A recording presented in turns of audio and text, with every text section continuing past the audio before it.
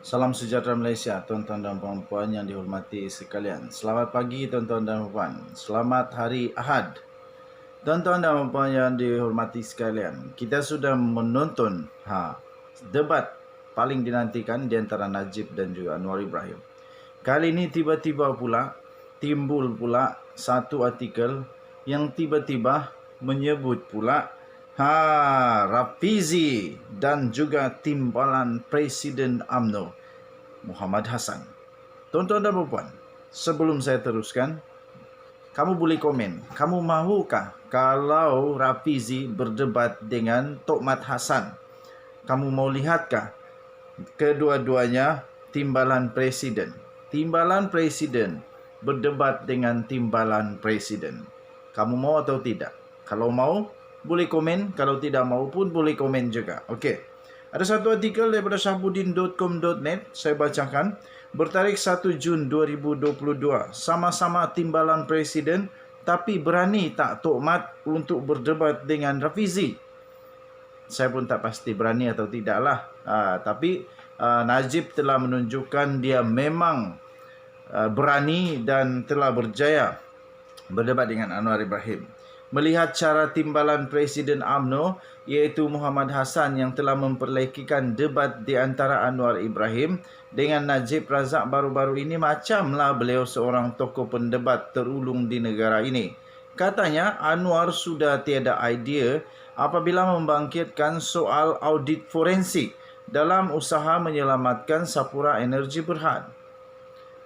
Secara sinis beliau menasihati Najib agar tidak lagi melayan perdebatan dengan Anwar yang hanya tahu mengemukakan idea basi. Katanya, lain kali tak payah berdebat dengan orang macam ini, iaitu Datuk Seri Najib. Buang masa idea basi. Nak ambil syarikat ABC pun kita kena buat audit forensik. Apatah lagi ini syarikat minyak dan gas terbesar, katanya ketika berucap pada Convention BN di Kuala Lumpur. Nampak gairah memperlekehkan kemampuan orang lain, tapi adakah Muhammad atau Tokmat Hassan sendiri seorang yang hebat berdebat? Realitinya, Tokmat bukan saja diketahui tidak pernah ada rekod berdebat, malah berucap di Dun Negeri Sembilan ketika memegang jawatan Menteri Besar sebelum ini pun hanyalah boleh dikategorikan bertahap biasa-biasa saja. Rasa-rasanya Rais Yatim dan Isa Samad yang sebelum ini pernah jadi Menteri Besar Negeri Sembilan jauh lebih memukau dan banyak idea ketika berucap. Lebih daripada itu, Tokmat Hassan juga adalah pencipta sejarah di Negeri Sembilan kerana berjaya membawa UMNO dan BN jatuh ke tangan PH ketika era pemerintahannya. Sementara semua menteri besar lain mencipta kejayaan, beliau sebenarnya adalah pemimpin yang gagal. Jadi kalau dia sendiri tiada rekod berdebat, bukan pula dalam kategori pendebat yang hebat, malah mencipta rekod kegagalan kepada UMNO dan BN, atas dasar apa memperlekeh yang cuba dilakukannya itu? Atau barangkali Tokmat berasakan beliau lebih hebat daripada Najib kalau berdebat dengan Anwar. Tetapi sebelum berangan-angan nak berdebat dengan Anwar, lebih baik Tokmat cuba berdebat dengan Rafizi Ramli, timbalan Presiden PKR yang baru. Lagipun kedua-dua mereka sama-sama berjawatan timbalan presiden. Rasanya amat sangat sesuai dan padanlah kalau digandingkan di atas perdebatan tersebut untuk berada di atas pentas dan berdebat. Apa macam Tokmat? Ada berani tak? Ditulis oleh Syahbudin Husin 1 Jun 2022, telah diterbitkan di syahbudin.com.net. Tuan-tuan dan puan-puan yang dihormati sekalian, Denyut Nadi, suara rakyat bergema di channel ini. Kamu setujukah kalau Tokmat Hassan, timbalan Presiden UMNO, berdepan dengan Rafizi Ramli, timbalan Presiden PKR untuk berdebat, mengeluarkan idea-idea dan seterusnya, mengangkat martabat negara Malaysia sekali lagi. Kita jumpa lagi. Selamat pagi Malaysia. Bye-bye. Salam sejahtera Malaysia sekali lagi. Bersama-sama dengan saya di channel ini, kita bongkar, jangan tak bongkar, bongkar sampai terlonde-londe. Itu Nazilin Unity punya tagline. Nazilin Unity dengan channel saya tak sama ya. Okey. So channel saya ada Twin TV. Kami memang kembar. Jadi bukan sama, tak sama langsung. Okey. Denyut nadi suara rakyat bergema di channel ini. Okey, itu tagline untuk channel saya. Lakonan kah, banyak lagi lakonan kah, apakah? Terbaru tuan-tuan dan puan-puan. Selepas sahaja Konvensyen Barisan Nasional selesai, satu demi satu pemimpin UMNO, pemimpin Barisan Nasional buat kejutan. Satu demi satu buat kejutan. Terbaru tadi, baru saja saya upload satu video daripada Anwar Musa. Kejutannya ialah beliau mengaku dan beliau bersetuju bahawa memang dia ada ingkar dengan arahan Zahid. Dia ingkar dengan arahan Zahid, di mana Zahid suruh semua yang setuju, yang mahu pilihan raya ke-15 disegerakan, sila berdiri. Zahid dengan selamba je tak, Zahid pula, Anwar Musa selamba je duduk. Dia tak berdiri. Bukan dia tak setuju untuk disegerakan, tetapi dia mahu supaya kalau nak buat PRU 15, mesti betul-betul sudah sedia Barisan Nasional untuk menghadapinya.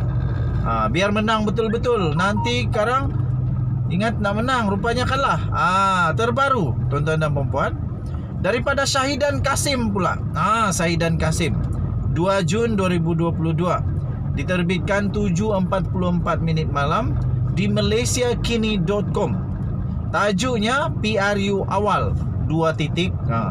PRU awal 2 titik. Syahidan kata akur bersatu anggap ada agenda. Syahidan kata akur bersatu anggap ada agenda. Menteri Wilayah Persekutuan iaitu Syahidan Kasim berkata dia tidak ada masalah untuk akur sekiranya Perdana Menteri Malaysia iaitu Datuk Seri Ismail Sabri Yaakob mahu mengadakan pilihan raya umum PRU 15 dalam kadar yang segera. Walau bagaimanapun tuan-tuan dan puan-puan, Ismail Sabri Yaakob hanya boleh menasihatkan Seri Paduka Baginda yang di Pertuan Agong. Tapi yang menentukan sama ada lulus atau tidak adalah di Pertuan Agong. Okey, so tuan-tuan dan puan-puan yang dihormati sekalian, segala-galanya bergantung kepada yang di Pertuan Agong. Okey. Okey, tuan-tuan dan puan-puan, apa yang terjadi? Kenapa? Apa sebenarnya yang dikata oleh Syahidan Kasim? Mari kita kongsi bersama-sama. Pun begitu, Syahidan berkata Barisan Nasional harus memahami dengan jelas akan makna telah bersedia seperti yang dijadikan prasyarat untuk mengadakan PRU. Betul. Sudah sedia kah belum? Nanti sekarang sibuk di mahkamah, sibuk pula pergi berkempen. Nanti sekarang tunda lagi mahkamah. Mungkin itulah maksud Syahidan Kasim dan beberapa pemimpin dalam UMNO yang berkata betulkah sudah bersedia. Katanya lagi, ungkapan telah bersedia itu bermakna Barisan Nasional memang yakin memasuki gelanggang PRU. Gelanggang PRU untuk mencipta kemenangan.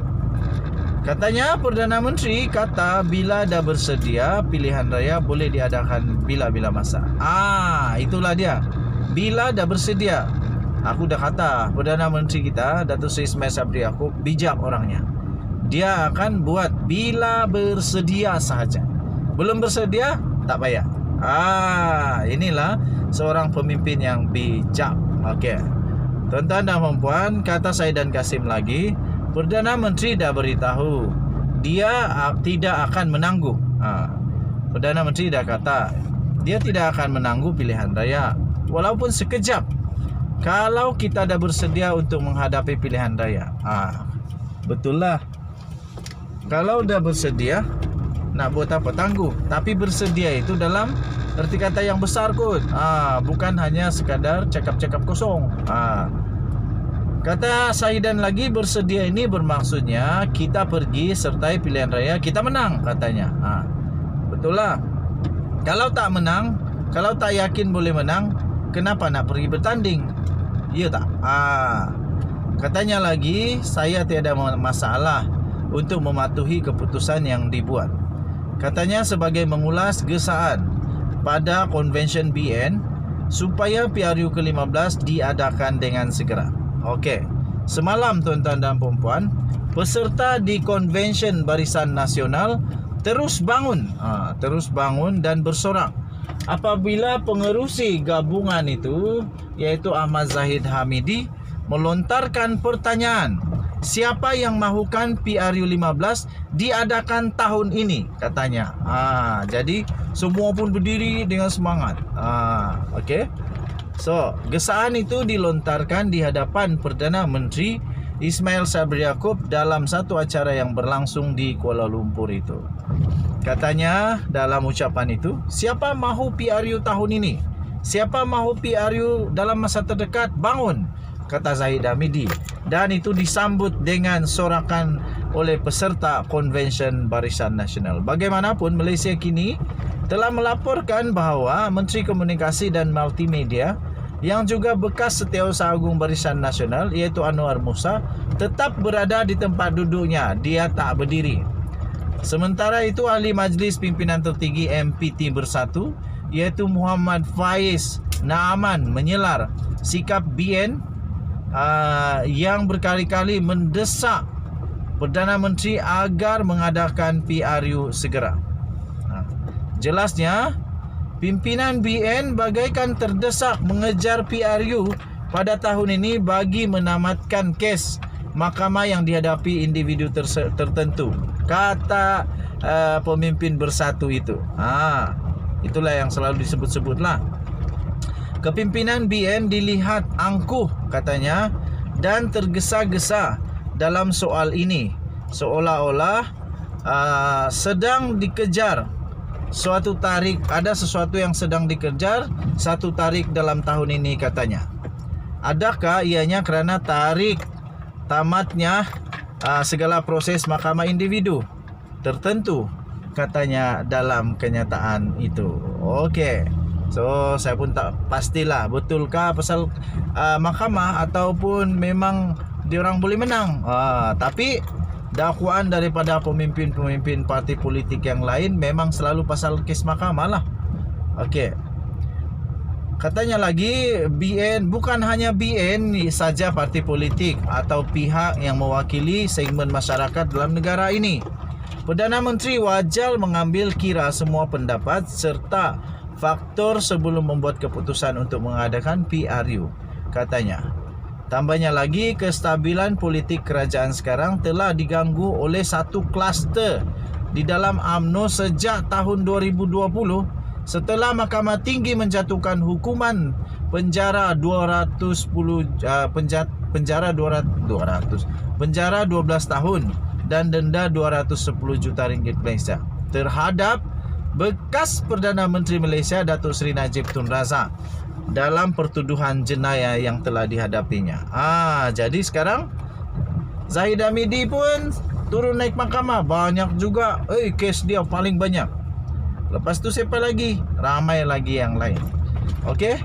So kita nantikanlah apa kejadian seterusnya. Denyut nadi suara rakyat bergema di channel ini.